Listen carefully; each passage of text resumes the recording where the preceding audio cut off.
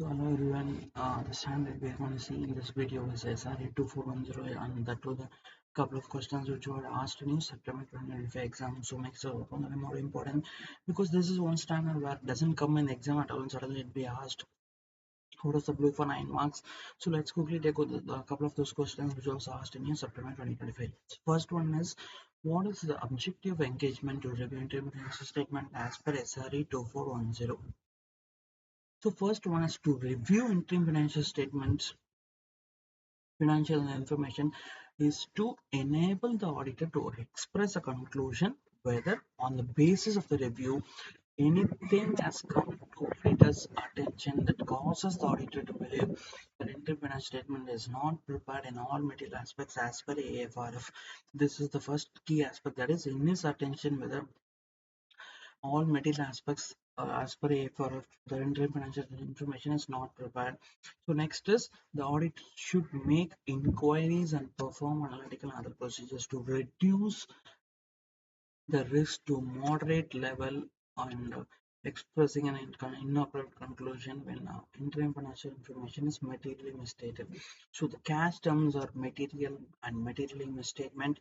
And next is the objective of review of interim financial statements differs significantly from audit conducted in as per SA because a review of interim financial statement does not provide a basis for expressing an opinion on whether financial information gives a true and fair view or is represented fairly in all material aspects as per AFRF. So a review as against the audit is not designed to obtain reasonable assurance that information is free from material misstatement.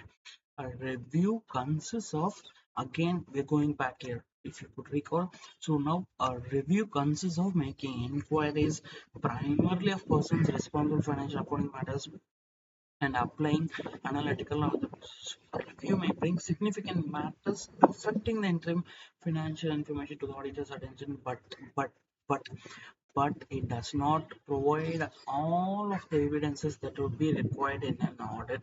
So this is with regarding to your objectives of an engagement to review interfinancial information as per SRE 2.0. So let's quickly run through the key terms. First is whether in all material aspects it is not prepared as per AFRF, and also inquiries, analytical and other review procedures to be prepared, and also uh, the objective significantly different from the audit because it doesn't provide, does not designated to obtain a reasonable level of assurance. Only limited assurances guaranteed with regarding to reviews.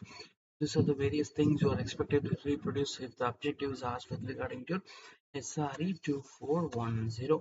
So moving on to the next question that was asked in your September 2025 is, what are the various contents of the management representations with regarding to interim financial information? First is the management should acknowledge its responsibility for the design and implementation of internal control to prevent and detect fraud, and very very important. Next is the IFI is prepared and presented as per AFRF. If you see in this right from the beginning, right from the objective, AFRF is frequently repeated everywhere across the standard.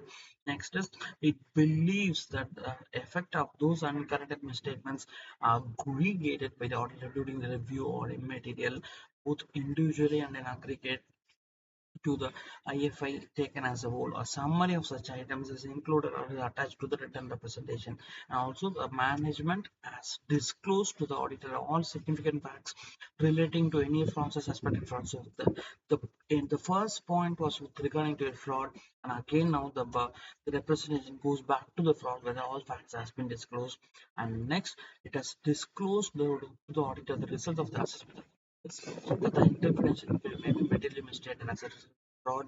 So if you see the management majorly revolves around fraud related, and this moving on to the sixth point is, it has disclosed to the auditor all known actual or possible non-compliance with laws and regulations whose effects are to be considered when preparing the interfinancial statements.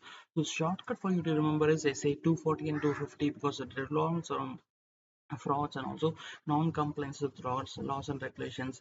And lastly, management has disclosed to the auditor all significant events that have occurred subsequent to the balance sheet date, and also through to the data for reviewers report that may require adjustment as per Ind AS 10 in the interim financial information. This is with regarding to management representations to be obtained as per SRE 2410.